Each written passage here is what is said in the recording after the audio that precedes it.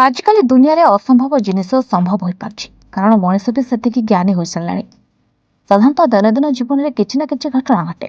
ସେହିପରି ଆଜି ଆଶ୍ଚର୍ଯ୍ୟକର ଘଟଣା ସମ୍ପର୍କରେ ଜଣାଇବୁ। ଆପଣ ବଜାର ନିଶ୍ଚିନ୍ତ ଯାଉଥିବେ, ସେଠାରେ ଦୋକାନ କିପରି ଗଠନ ହୋଇଥାଏ ସେ ବି ଦେଖିଥିବେ, କିନ୍ତୁ କେବେ ଜାଣିଛନ୍ତି କି ପାହାଡ଼ ଝୁଲୁଥିବା ଦୋକାନ, ସେ ପୁଣି 339 ଫୁଟ ଉଚ୍ଚ ପାହାଡ଼ ଉପରେ। ଯଦି ଆପଣଙ୍କୁ କୁହାଯିବ ସେଇ ଦୋକାନକୁ ଯାଇ ଜିନିଷ ଆଣିବାକୁ, ଆପଣ କ'ଣ ସେଠାକୁ ଯାଇ ଆଣିପାରିବେ? ଯିବା ପୂର୍ବରୁ ଭାବିବେ ଆମେ କେମିତି ଯିବୁ ଦୋକାନ ପାଖକୁ। ହଁ, ଯଦି ନ ଯିବେ ତାହେଲେ କେମିତି ଜାଣିବେ ଦୋକାନୀ ଭିତରେ କିଏ, ସେଠାକୁ ସବୁଦିନ ସେ କେମିତି ଯାଉଛନ୍ତି, ଆଉ କାହିଁକି ପାହାଡ଼ ଉପରେ ଦୋକାନ କରିବାକୁ ସେ ଚିନ୍ତା କରେ। ତେବେ ଆସନ୍ତୁ ଜାଣିବା କ'ଣ ରହିଛି ଦୋକାନର ରହସ୍ୟ। ପାହାଡ଼ରେ ଝୁଲିଥିବା ଦୋକାନ କେଉଁଠୁ ଜାଣିବାକୁ ଚାହୁଁଛନ୍ତି? ଏହି ଦୋକାନ ଅଛି ଚାଇନାର ହୁନାନ ପ୍ରଦେଶରେ, ଯାହା 339 ଫୁଟ ଉଚ୍ଚର ପାହାଡ଼ ଉପରେ ଝୁଲୁଛି। ପାହାଡ଼ ଉପରେ ଦୋକାନରେ ଜଣେ ଝିଅ ଚଳାଉଛନ୍ତି।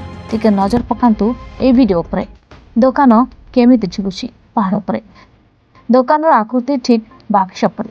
ଏହାକୁ ପାହାଡ଼ରେ ଲୁହା କ୍ଲାମ୍ପ ସାହାଯ୍ୟରେ ଟଙ୍ଗାଯାଇଛି। ଏହି ଦୋକାନରେ ଖାସ୍ ଫାଇଦା ଉଠାଇଥାନ୍ତି ପର୍ବତ ଆରୋହୀମାନେ। ସେମାନେ ଦୋକାନକୁ ପାଣି ବୋତଲ ଏବଂ ସ୍ନାକ୍ସ ଇତ୍ୟାଦି ଆଣିପାରନ୍ତି। ତେବେ ସବୁ ସମୟରେ ଦୋକାନ ଭିତରେ କେହି ନା କେହି କର୍ମଚାରୀ ରହିଥାନ୍ତି। ଏହି ଷ୍ଟୋରକୁ ଦୁନିଆର ସବୁଠାରୁ ଅସହଜ ଦୋକାନ ବୋଲି କୁହାଯାଏ।